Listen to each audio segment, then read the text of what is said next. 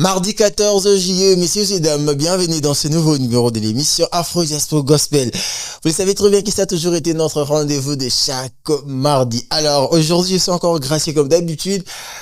Pour lui, c'est devenu la maison. Laissez-moi vous signaler sur ce plateau, je suis avec le prophète Sylvain Rima, à qui j'ai dit bonjour.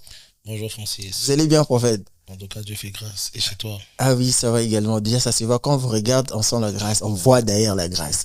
Ça, c'est très bien. Ah, que Dieu soit béni. Et c'est devenu la maison ici, hein. Ah, bien sûr. Ça fera maintenant combien de fois que... Ça c'est ma 5e fois. Oh là là, 5e fois. Ah. Je pense que vous êtes l'unique personne à repasser ici plus de 5 fois. C'est vrai. Oui, oui. Non. Je suis très sûr même. C'est une grâce. Ça, c'est très bien. Sentez-vous très à l'aise comme d'habitude. Alors, prophète, on doit essayer... bon, on va faire... le rétro pour rafraîchir un peu nos mémoires pour ceux qui nous suivent pour la toute première fois. Qui est le prophète Sylvain Rima devant nous? En tout cas, le frère Sylvain Rima était un enfant de Dieu, Humblement. humblement baptisé, Ok. né de nouveau. Je suis marié à une seule femme, sans intention de divorcer par la grâce de Dieu, Ok. et père de 3 enfants, Mhm. et pasteur responsable de l'église Nation de foi. Ok. Pasteur de l'église Nation des Foi. Ça, c'est très bien. Merci pour la précision. Et pasteur, bon, nous le savons très bien que servir Dieu n'a jamais été facile, comme je l'ai toujours dit. Et alors, quels sont les défis que vous avez eu à relever tout au long de votre parcours en tant que serviteur? En tout cas, humainement parlant, il n'y a pas de défi à relever lorsqu'on veut servir Dieu. Tout ce que l'on fait, c'est par grâce. Ok. Tu sais, je discutais avec une personne, je lui ai dit, lorsqu'on chante ou lorsqu'on prie, Seigneur, je t'ai tout donné, je te donne tout, est-ce que réellement on donne tout à Dieu? C'est impossible à l'homme de donner tout à Dieu. Très impossible. Parce que ceux-là qui disent que Seigneur, je t'ai donné ma jeunesse, mais des fois, ils sont ancrés dans les mensonges. Ceux-là qui disent, Seigneur, voici ma marche, je suis saint, je ne commets pas l'impudicité, mais ils ont un cœur noir. Pour dire que tous les défis qu'on peut relever, cela va de la grâce de Dieu. Cela dépend de la grâce de Dieu. Parce qu'un homme ne peut pas être correct avec Dieu sans la grâce de Dieu. Ok. Donc je pourrais dire que j'ai pas de défis à relever. Je suis une personne qui vit que par grâce. Ok, ça c'est très bien. Partons également de votre parcours, ça fera, il y a d'ici là 12 ans que vous êtes dans le ministère, à moins que je me trompe. 12 ans. Ouais, d'ailleurs, j'ai même retenu. Alors, dans les 12 ans, au fait, qu'est-ce qui vous motive? Vous pouvez aussi abandonner ou s'arrêter quelque part pour dire que non, ça pèse tellement que je dois vraiment m'arrêter. Et mais vous êtes toujours là après ces 2 années. Alors, qu'est-ce qui vous motive? En tout cas, Francis, ce qui me motive à rester fidèle, à rester constant sur cette marche que j'ai choisie, c'est la conscience de l'accompagnement de Dieu.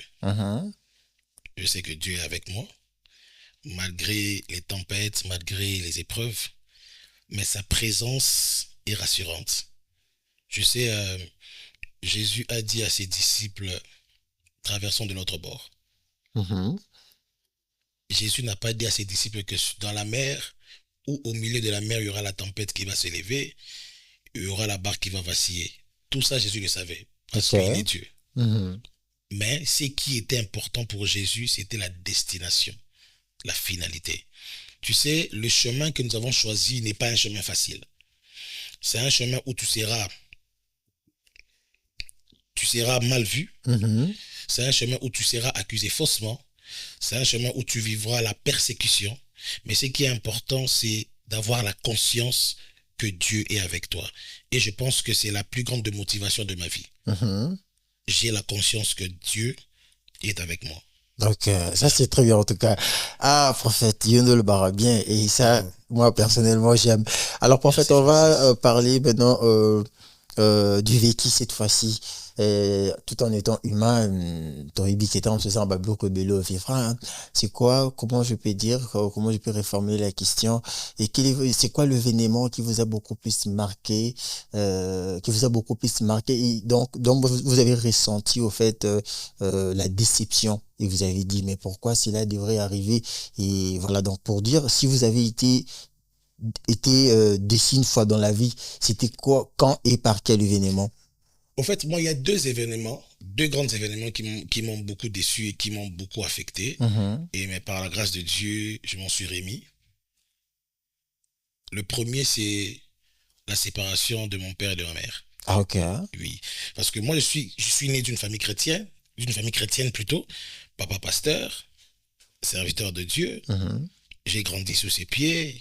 Moi, je ne connais pas comment est-ce qu'on va dans une boîte de nuit, comment est-ce qu'on se saoule avec les amis, parce que j'ai grandi dans une famille chrétienne. J'ai Mhm. trouvé mes parents servant Dieu. Bon, il y a eu ce qu'il y a eu. Leur séparation, pour moi, était une déception. Parce que je me disais que ce sont mes modèles parfaits. Tu vois un peu. Alors, c'était vraiment très difficile pour moi de m'en remettre, surtout euh, de continuer la bonne relation avec mon père. Mhm.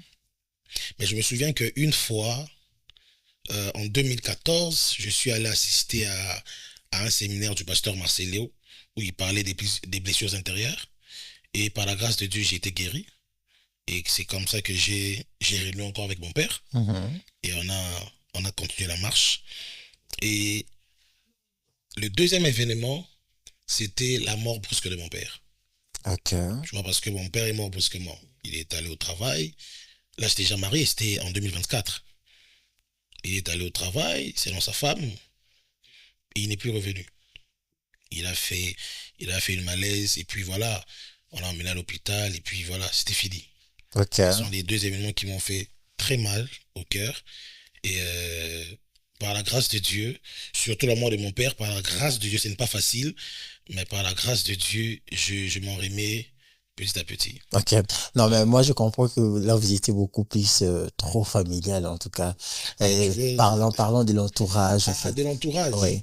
Ah, en tout cas, quand même, il y a des choses qui m'ont déçu. Mhm. Par exemple, la trahison. Ok. Tu vois, Francis, tu es ami avec une personne, tu lui fais confiance, Mhm. mais c'est cette personne-là qui t'a détruit. Je me rappelle, j'ai commencé le ministère. Quand j'ai commencé le ministère public, j'ai été encadré par une personne et il s'est fait que j'ai eu des problèmes très sérieux. Mhm. Parce que j'aime toujours dire aux gens, je bénis Dieu parce que j'ai commencé le ministère très tôt, trop tôt. J'ai commis des erreurs qui m'ont affermi. Ok. En tout cas, par la grâce de Dieu, c'est difficile de me voir dans des bêtises ou dans des bassesses des jeunes de cette génération parce que moi, j'ai connu le ministère trop tôt et j'ai eu à faire des erreurs. Mhm. Alors, il y a eu une situation qui s'était passée. Alors, la personne qui m'a beaucoup détruit, c'est la personne qui était comme mon mentor. Oh là là. C'est lui qui est allé chercher les gens que j'encadrais pour dire que, vous voyez, Sylvie, ceci, Sylvie, cela. Là, je te parle de 2014-2015. En tout cas, ça m'avait beaucoup choqué et j'étais déçu de lui parce que je le prenais comme un grand frère, comme un mentor. Mais par la grâce de Dieu, je l'ai pardonné. Je l'ai Mhm. pardonné, on parle assez bien. On est plus proche, mais quand même, on parle assez bien. Ok. Euh, mais il y a aussi des choses qui m'ont aussi fait mal. Par exemple, j'ai vécu une histoire en 2025. J'ai vécu une histoire en 2025. Il y a un frère qui a pris son téléphone, qui a acheté une SIM, Mhm. qui a écrit à mon patron Ok. des choses sur moi. 2025, donc l'année passée, L'année récemment passée, ici. au Ok. mois de mars, après, je pense que j'étais à Dubaï. J'étais à Dubaï et ce frère-là a pris le kilo d'écrire à mon patron, que tu connais, que je ne Mhm. cite pas le nom. Mhm. Il a dit des choses sur moi, il a fondé une histoire, il s'est fait passer pour une femme, pour dire que non, je suis son copain, Oh là moi là. qui est marié, qui est homme de Dieu. Oh là là. Alors, ce sont des choses qui m'ont, quand j'ai découvert que c'était lui, ça m'a fait très mal. Je me suis dit, comment est-ce que l'homme peut être méchant jusqu'à ces points? C'est vrai, Mhm. on peut avoir des désaccords, Mhm. mais tu ne peux pas aller jusqu'à acheter une SIM, mettre dans ton téléphone et écrire à mon patron, donc tu Mhm. savais que ton objectif était que je perde cette place-là. Justement, oui. Alors, ce qui m'a plus fait mal, ce n'est pas seulement parce que c'est un frère, mais c'est parce qu'il s'est dit serviteur de Dieu, il s'est dit enfant de Dieu. J'avais très mal et j'ai compris que le monde est vraiment cruel et il faut vraiment être prudent. Mhm. Donc, les déceptions des hommes m'ont permis à être prudent, Mhm. vraiment à être prudent, Ok. à n'y compter que sur Dieu. Ça, c'est très bien, en tout cas, prophète. Alors, que direz-vous face aux personnes qui sont en train de traverser des moments de trahison, des moments de méchanceté pour les réconforter? Ça serait quoi vos mots? En tout cas, ce qui est sûr, c'est très difficile de vivre ça. Mhm. Mais je les encourage. Courage à vous. Dieu est fidèle. Ok. Tu sais, la femme de Potiphar peut mentir sur Joseph. Les gens peuvent croire que Joseph a voulu violer la femme de Potiphar, mais Mhm. seul Dieu connaît la vérité. Ce Mhm. qui est important, ce n'est pas ce que tu es en train de vivre. Ce qui est important, c'est ce qui t'attend demain. Ok. Si tu es innocent, laisse-moi te dire, Dieu va relever ta tête. Ça arrive à tout le monde, Francis. Mhm. Ça arrive à tout le monde. Et Tu vous sais, allez les conseiller aussi, quand vous allez terminer, vous allez les conseiller à garder quelle attitude? non, garder une attitude d'enfant de Dieu, cela veut dire pardonner, Mhm. mais devenir aussi prudent et très vigilant. Bon, c'est Mtemesuki. Bon, en fait, en tant qu'enfant de Dieu, Mutema et Kosuka Bisote. Mhm. Tu sais, moi je dis toujours, hein, s'il y a une chose la plus difficile que Christ nous a demandé, mais par sa grâce on peut le faire, c'est pardonner. Ok. Francis, pardonner est la chose la plus difficile, que personne ne te trompe. Tu vois les gens qui disent que non, moi je pardonne facilement. Tu es pasteur, tu es marié, mais le drummer couche avec ta femme. Pardon le drummer. C'est ça le pardon. Tu vois un peu. Ouais. Le pasteur, tu es là, mais ton assistant viole ta fille. Pardonne-le. C'est ça le pardon. Au fait, c'est vrai, hein, il y a des moments où, je peux dire en lingala, mais tu te dis que tu es enfant de Dieu. Mhm. Francis, moi j'ai appris à être enfant de Dieu par les épreuves. Ça, Moi c'est bien. j'étais un garçon très colérique. Et j'avais un défaut, qui que tu sois, tu ne peux pas toucher à ma personnalité. Même si c'est toi qui me donnes de l'argent. Quand tu touches à ma personnalité, en tout cas, c'est fini. Et tu sais, servir Dieu, le monde du ministère, m'a fait passer par des moments où tu vois un petit qui ne représente rien, Mhm. mais il peut te manquer du respect, Gratuitement. gratuitement. Et tu sais que tu peux lui faire du mal, mais tu pardonnes, parce que tu es enfant de Dieu. Ok. C'est ça, être enfant de Dieu. Ah, ça, c'est très bien. En tout cas, c'est encourageant, prophète. Il faut toujours garder ses cœurs. C'est vraiment important, hein. Yo zanobia pour votre mais celui qui m'avait comme mais c'est quand même une très bonne chose. Le prophète, alors on va entamer notre thématique d'aujourd'hui et nous allons parler de la prière, la puissance de la prière. J'espère que ça vous va quand même. Oui, bien sûr, pas quand même. Un chrétien doit savoir l'importance de la prière. Mhm. Alors, parlons de la puissance de la prière. Déjà, quand on parle de la prière, comment vous définissez la prière? D'abord, de un, on nous a appris quand nous étions petits, Mhm. la prière est une puissance, c'est qui est vrai. Mhm. La prière est un dialogue d'un chrétien avec son Dieu. C'était une chanson qu'on chantait quand on était petit. Ah oui, je me rappelle Tu te d'ailleurs. rappelles encore? Oui. Mais au-delà de ça, la prière doit être un style de vie. Mhm. La prière doit être quelque chose que nous consommons tous les jours. Je t'explique. Beaucoup de personnes pensent que la prière, c'est le fait de parler. Ok. La prière n'est pas seulement le fait de parler seulement. Parce que si c'était l'effet de parler, Christ nous demande de prier sans cesse. Donc cela veut dire qu'on va commencer à prier, on va commencer à prier, Sans on va commencer à relâche. parler sans relâche. Mhm. Or, lorsque Christ nous dit de prier sans cesse, Christ a voulu nous dire que notre vie doit être un style de prière. Ton attitude peut être une prière. Ta façon de donner peut être une prière. Mhm. Vous savez, aujourd'hui, l'Église ne se base que sur prière à combat. Voilà, les démons qui t'ont fermé, les démons qui t'ont enchaîné. Voilà, voilà. Les gens pensent que ça, c'est seulement la prière. Mhm. Mais tu sais qu'il y a des personnes qui ne prient pas comme ça, mais qui vivent la main de Dieu. Parce que leur vie, c'est un style de prière. Mhm. Il sait que lorsqu'il sort, il doit faire l'aumône. L'aumône est une prière. Mhm. Parce que Dieu a envoyé Pierre chez Corneille, pas parce que Corneille était chrétien. Ça, c'est fort. Parce que Corneille donnait des aumônes. Dieu s'est souvenu d'un païen qui donne des aumônes, où ces aumônes étaient comme une prière, et ces aumônes-là a fait en sorte que Dieu parle à Pierre, et que Pierre aille baptiser Corneille Tu vois un peu. Mhm. Même Tabitha, lorsqu'elle était morte, les gens ont pleuré pour dire qu'elle faisait ceci, elle faisait cela. Pour dire que la prière n'est pas seulement le fait de parler. Pour un chrétien, la prière doit être un style de vie. Mhm. Ma marche doit refléter la prière. Il faut avoir un esprit aiguisé. Francis, je te pose une question. C'est toi qui me poses une question, mais je te pose une question pour que tu me répondes, pour qu'on aille ensemble. D'accord, on y va. Il t'est déjà arrivé de demander à Dieu quelque chose par la prière et de ne pas voir la chose s'accomplir? Ah oui, ça arrive souvent. Hein. Ça arrive. Mhm. Mais il t'est aussi arrivé de poser un acte sans savoir que c'est la prière, mais cet acte-là, Dieu te bénit derrière l'acte, Mhm. pour dire que les gens doivent comprendre la prière.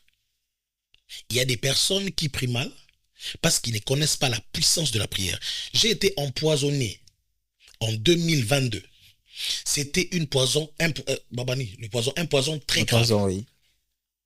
Je me réveille, je me rappelle que j'ai fait la provision de la maison. Dieu me dit, prends tout ce qu'il y a dans ta maison comme provision. Va donner aux hommes de vieillard. Je priais pour la guérison, je prenais les médicaments, mais je n'étais pas guéri. Mhm. J'ai pris ma femme, ma fille est née, elle était encore bébé, elle avait quelques mois. Je les ai prises, nous sommes allés aux hommes de vieillard. Arrivé là-bas, j'ai fait mon offrande. Et lorsque je suis rentré à la maison, Francis était guéri. Pour dire que pour être un homme de prière, tu dois avoir la révélation de ce que tu fais. Ok. Les disciples ont dit à Jésus, montre-nous comment prier. Pourquoi? Parce qu'ils avaient remarqué quelque chose. C'est que nous, on prie. Mais lorsque cet homme l'a pris, le ciel exauce. Prophète, j'aurais dit quelque chose. Donc, vous avez dit que prier n'est pas seulement Le fait de parler. Le fait de parler, justement. Alors là, déjà, j'étais en train de réfléchir personnellement. Je me suis dit, non, on doit quand même donner raison à ceux qui disent que, bon, moi, je prie à la maison, je pars pas à l'église déjà. Donc, on peut pas condamner Il ces y a gens. une différence entre prier et entretenir une communion fraternelle. Mhm. L'église, ce n'est pas d'abord... on peut pas dissocier la vie de prière et la vie d'église. Pourquoi? Parce que lorsque nous sommes avec les frères, ça nous réchauffe. Ça Ok. réchauffe notre esprit. C'est toujours important. Mhm. Prier à la maison n'est pas mauvais. Tant que ta relation avec Dieu est en norme, ce n'est pas mauvais. Mhm. Francis, on doit arrêter de manipuler les gens. J'encourage toujours aux gens d'aller à l'église. Moi-même, je suis pasteur d'église. Mhm. Tu vois? Mhm. Mais cela ne veut pas dire que si tu ne pars pas à l'église, que tu iras en enfer. Non. Quasiment non. Mhm. Maintenant, dis-moi, quand il y avait Corona, on faisait comment? On prie à la maison. Quand il y avait confinement, on faisait Oui. comment? Mhm. Le seul but pour nous d'aller à l'église, c'est pour grandir dans notre foi. Parce que lorsqu'on part à l'église, on nous prêche, cela nourrit notre esprit. Parce que nous avons besoin d'écouter ces prédications, nous avons besoin d'écouter ces enseignements-là. Et la deuxième des choses, partir à l'église est en train de ranifier la relation entre frères. Parce que la communion fraternelle est très, très, très, très conseillée dans la Bible. Tu vois? Parce que si je suis en communion fraternelle avec toi, je peux être faible, mais tu deviens ma force. Tu peux devenir faible, mais je deviens ta force. C'est pourquoi Dieu nous demande, Jésus nous demande toujours d'être en famille. Pour que si toi, tu n'as pas de flamme, ceux qui ont la flamme puissent, ceux qui ont la flamme plutôt vont rallumer la flamme qui s'est éteinte. Tu vois un peu? Pour dire que c'est important, mais si tu es une personne qui part à l'église et que tu n'as pas une vie de prière, tu ne fais rien. Parce que tu sais qu'il y a des personnes qui partent à l'église mais qui ne craignent pas Dieu. Mhm. Mais il y a des personnes qui restent à la maison qui craignent Dieu. Ok. Oui. Il y a des personnes qui sont à la maison qui ont une vie de prière, qui n'est pas possible. Il y a des personnes qui vont à l'église parce que l'église est belle. Parce qu'à l'église, j'aurai des opportunités. Pas pour grandir dans sa foi. Ce sont des personnes qui perdent leur temps. Parce que ce n'est pas ça, c'est que Dieu vous demande. Quand tu vas à l'église, tu dois avoir deux motivations. La première motivation, c'est grandir dans ta foi. La deuxième motivation que tu dois avoir, c'est être avec des frères, la communion fraternelle.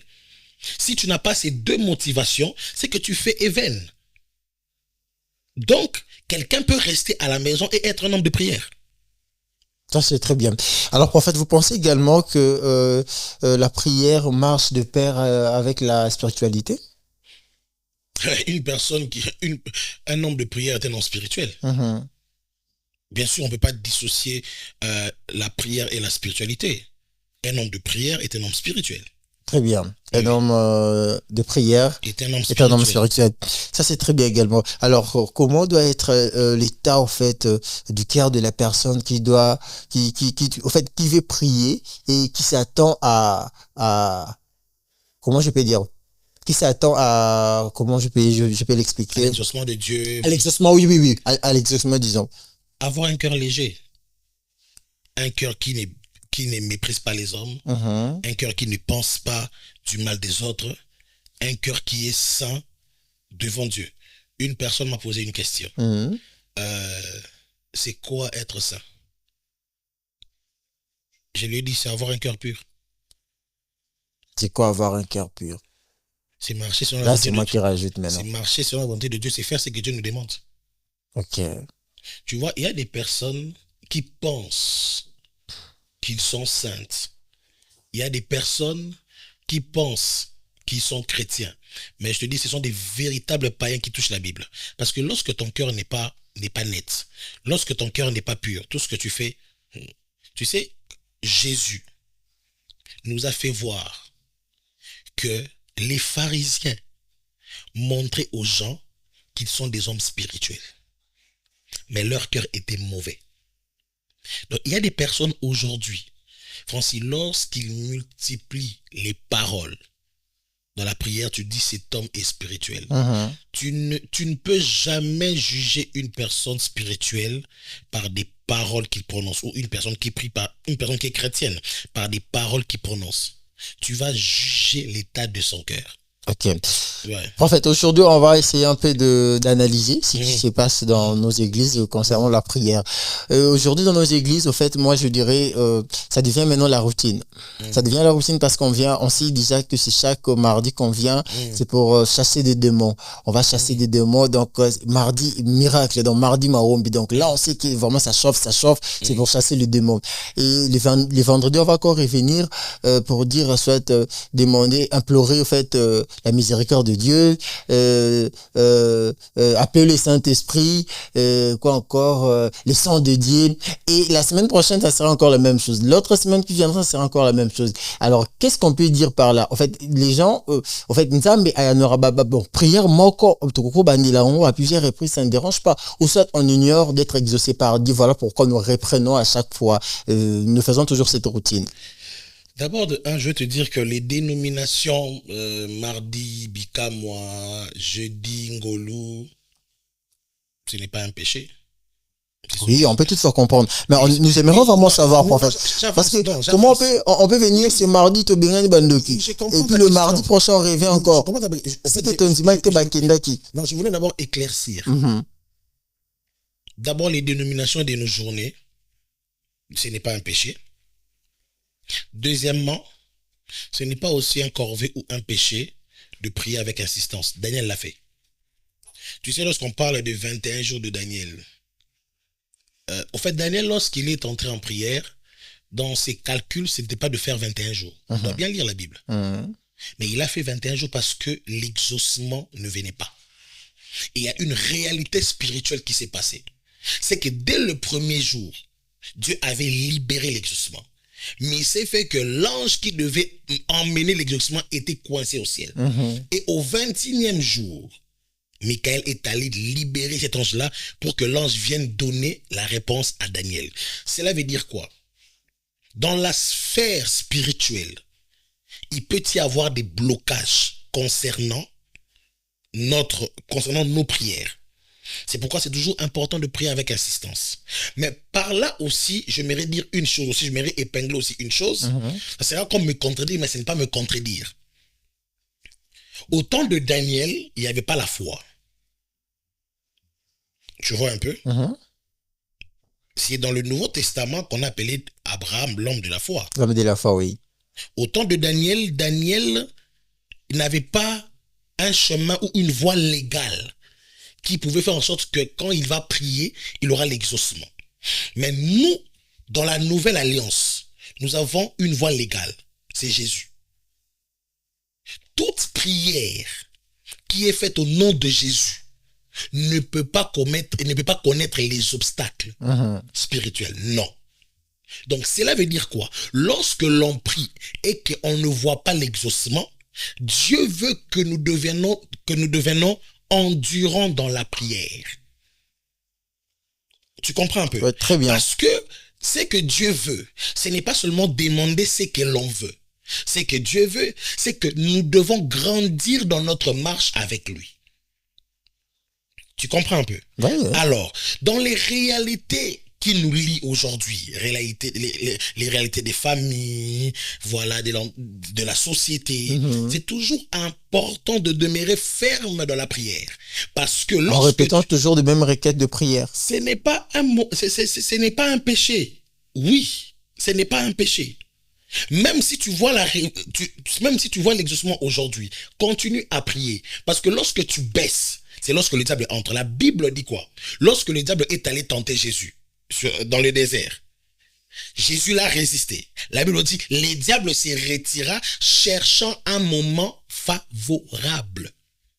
Donc cela veut dire, Francis, lorsque tu t'arrêtes de prier pour un sujet, c'est alors que tu occasionnes à ce que le diable ait un moment favorable de venir. Tu sais, sur cette terre, le jour où nous allons cesser de prier, c'est le jour où nous allons mourir. Ok. Je te dis. Parce qu'on doit prier sans cesse. Parce qu'on doit prier sans cesse. Je te dis une chose. Tu es marié? Non. Non. Mais tu vas te marier, non? Oui. Donc tu dois déjà commencer à prier pour ton mariage. Parce que dans le plan spirituel, il y a des combats qui sont liés,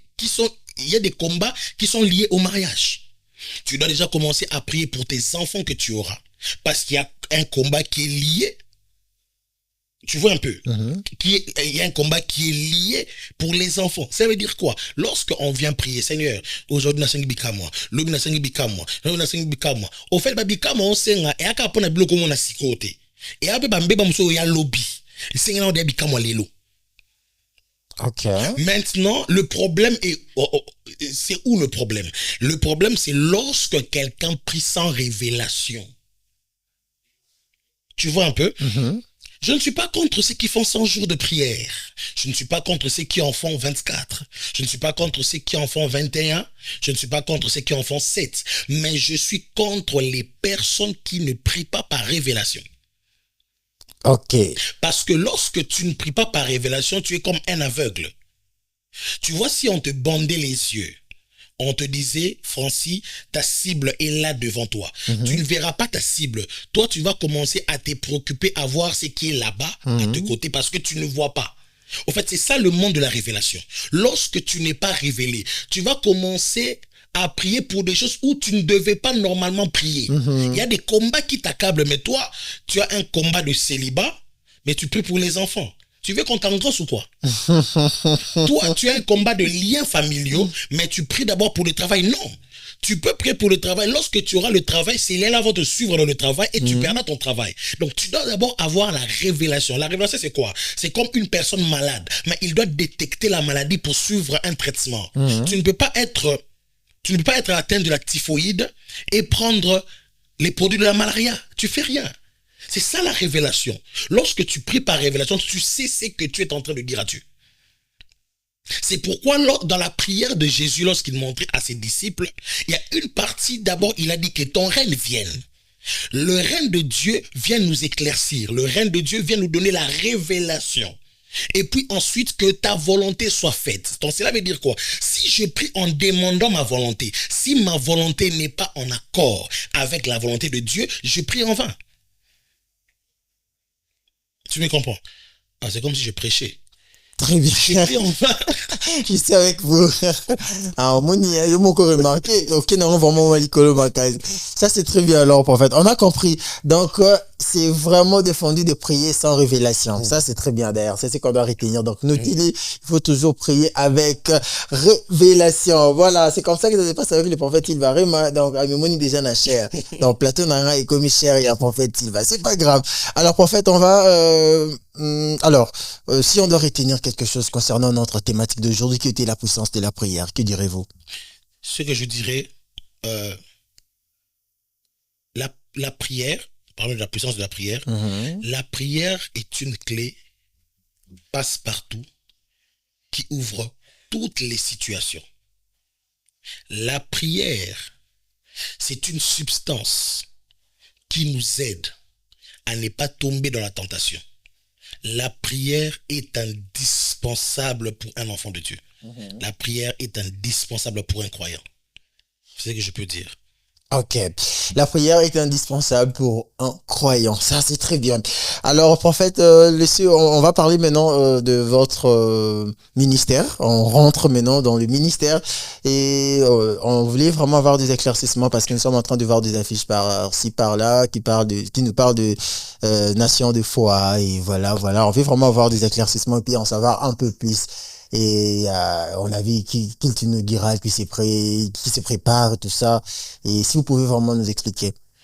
En fait, pour ceux qui me connaissent et ceux qui suivent cette émission, ils savent que quand je venais ici, je disais que je prie à l'église Terre des Grâces, que dirige mon père spirituel, le révérend Douzimbala. Notre papa, oui. Alors, c'est depuis le 7 juin qu'on a rendu public mon ministère, et c'est depuis le 7 juin qu'on m'a libéré. 7 juin de cette année, donc 2026, qu'on m'a libéré pour aller commencer une œuvre que Dieu a mis dans mon cœur il y a de cela beaucoup d'années. J'étais en prière, Dieu m'a dit, tu dois commencer une œuvre. Et comme un enfant qui a un père, j'en ai parlé à mon père spirituel, il m'avait demandé de lui laisser le temps de prier. Ça a pris le temps que ça devait prendre. Et puis lorsqu'il a été convaincu, il m'a libéré officiellement pour aller bâtir l'œuvre. Alors, Nation de foi, c'est une nouvelle église qui, dans le monde spirituel, a déjà vu le jour.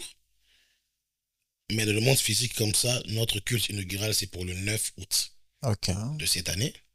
Le 9 août, ça sera le lancement officiel de l'église Nation de foi. Ok, ça c'est très bien. Donc si on comprend, vous êtes maintenant indépendant, donc vous avez votre propre église. Oui. Ok. Alors, le culte est prévu pour quand déjà? Le culte est prévu pour le dimanche 9 août à partir de 15h. Ok. Comme c'est un culte inaugural, ce sera les après-midi. Pour inviter tout le monde et que tout le monde découvre un peu ce que Dieu a mis dans notre cœur. Et puis, voilà. Ça, c'est très bien, en tout cas. Et l'adresse, si on peut y avoir l'adresse. Nous sommes sur Kasavubu, la commune de Kasavubu, sur l'avenue Maringa. Maringa numéro 83, direction Asosa. Donc, lorsque vous êtes sur Kipwanza, vous pouvez demander la clinique Asosa. Clinique Asosa. Oui, juste en face de la clinique, il y a une salle de fête Étoile Bleue. Donc, juste en face de la clinique, si vous demandez la salle de fête Étoile Bleue, je pense que c'est la deuxième parcelle. C'est la deuxième parcelle après le Macadam. Nous sommes là pour le moment, nous louons la salle de fête. Et puis déjà, j'anticipe pour dire que nous allons commencer à prier chaque dimanche et chaque mercredi. Ah, d'ailleurs, c'est ce que j'allais demander. Et oui, chaque dimanche et chaque mercredi. Ok. Et oui. Donc, chaque dimanche et chaque mercredi. Dimanche de 9h à 12h et mercredi de 16h à 19h30. Dans la même salle? Dans la même salle. Ah, ok. Ça, c'est très bien, en tout cas. Et voilà, c'est vraiment une très bonne chose. En tout cas, félicitations au prophète. Moi, j'ai toujours dit aux gens que le ministère n'a jamais été facile et ça ne sera jamais facile. Ça, c'est vrai. Parce que moi, si j'ai des projets d'ici là, je serai pasteur, mais c'est encore dans les projets. Ça, c'est très bien. Merci beaucoup, prophète. Pendant que nous sommes en train de chuter, alors, vos mots de la fin et on va se séparer. En tout cas, je bénis Dieu de m'avoir prêté le souffle de vie et de m'avoir donné la force de venir en ces lieux. Et je te remercie aussi, Francis, pour ton invitation. Je vous en prie. C'est la 1e fois. Et toute l'équipe d'Afro Diaspo. Merci pour votre accueil chaleureux. Et je pense que ce n'est pas la dernière fois. La dernière fois, oui. Nous allons venir. Et puis vous faites un bon travail, surtout j'aime la qualité de vos caméras, merci beaucoup. La qualité du son. Et puis j'encourage aux gens de s'abonner sur Afro Diaspo pour ne rien manquer. Ok, ça c'est très bien.